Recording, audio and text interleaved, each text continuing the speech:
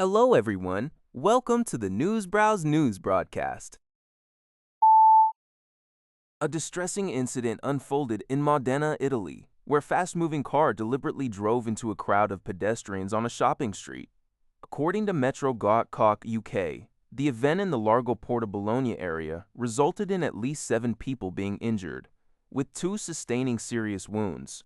One woman was tragically crushed against a department store window, and doctors fear she may lose both her legs. Following the initial car ramming, the man driving the vehicle, who was reportedly also injured, abandoned the car and fled on foot. He is then alleged to have stabbed an individual who attempted to intervene and stop him before being apprehended by authorities. The suspect is currently undergoing questioning at a police station. Footage from the scene shows a silver Citroen with significant front-end damage, surrounded by debris. A rescue diver, Mohammed Mahdi of the Maldivian National Defense Force, died of decompression sickness, also known as the bends, during an attempt to recover the bodies of 4 of 5 Italian scuba divers in the Maldives, UPI reports. The Italians died while exploring an underwater cave at about 164 feet deep, exceeding the recreational diving limit of 98 feet. Mahdi blacked out during the recovery mission and later died in a hospital in Male. Italian Foreign Minister Antonio Tajani expressed condolences, noting the shared grief between Italy and the Maldives. This incident marks the worst single diving accident in the nation's history, prompting the suspension of the involved boat's license.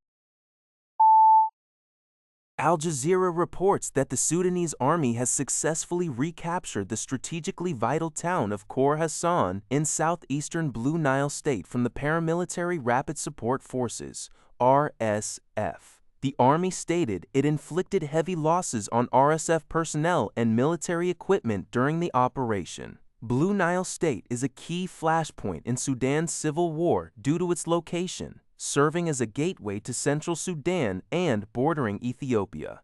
The Sudanese government has previously accused Ethiopia and the United Arab Emirates of supporting the RSF, claims which both countries deny.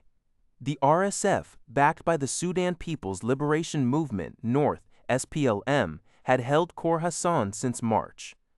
This seizure is part of a broader military strategy to reclaim Kurmuk, another critical town near the Ethiopian border that provides access to cross-border trade and the Al-Razayers Dam, and is also important for its natural resource deposits like gold. The conflict, which began in April 2023 between the National Army led by Abdel Fattah al-Burhan and the RSF commanded by Mohammed Hamdan Dagalo, has resulted in over 150,000 deaths and more than 12 million displaced individuals. NBC News reports that Russia is intensifying its recruitment efforts among university students, promising substantial incentives to join its newly formed drone force in Ukraine. These benefits include high salaries, exemption from frontline combat duty, and a return to their studies with free tuition after 1 year of service. This recruitment drive, which has accelerated since January, highlights the critical role of drone warfare in the ongoing conflict, now in its 5th year. However, human rights activists caution that these offers may be a trap. They express concerns that students who sign contracts could find themselves deployed to frontline infantry units, with no legal means to exit military service until the war concludes. Despite the Defense Ministry's public statements denying coercion and promising no involuntary transfers, legal experts argue these assurances lack grounding in Russian law.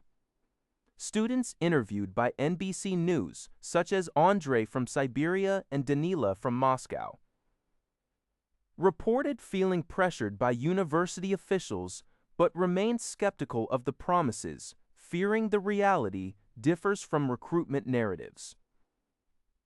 At least 269 Russian universities and colleges, including those in occupied Ukrainian territories, have promoted this recruitment drive, offering attractive financial packages such as 5.5 million rubles, approximately 74,500 times in the first year, a significant sum compared to Russia's average annual salary of about 17,000 drachms.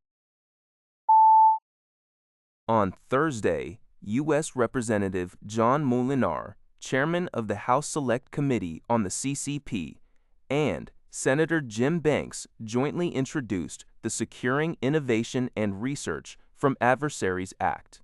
The bill aims to prevent federally funded scientific research from being exploited by the Chinese Communist Party, CCP. It explicitly prohibits the use of federal funds for collaboration with entities and individuals blacklisted by the U.S. government, many of whom are linked to the CCP's military, intelligence agencies, and military-civil fusion strategy. The legislation broadly defines research cooperation to cover various forms of collaboration, ensuring comprehensive protection against technology transfer. This act applies to all federal research funding recipients, including universities and national laboratories. Molinar stated that the bill converts the Trump administration's executive orders into law, emphasizing that taxpayer-funded research must not fall into enemy hands. Senator Banks highlighted that American taxpayer money should not benefit individuals or entities supporting the CCP's malicious activities. This report is from the Epoch Times. That's all for this video. Thank you for watching. See you in the next video.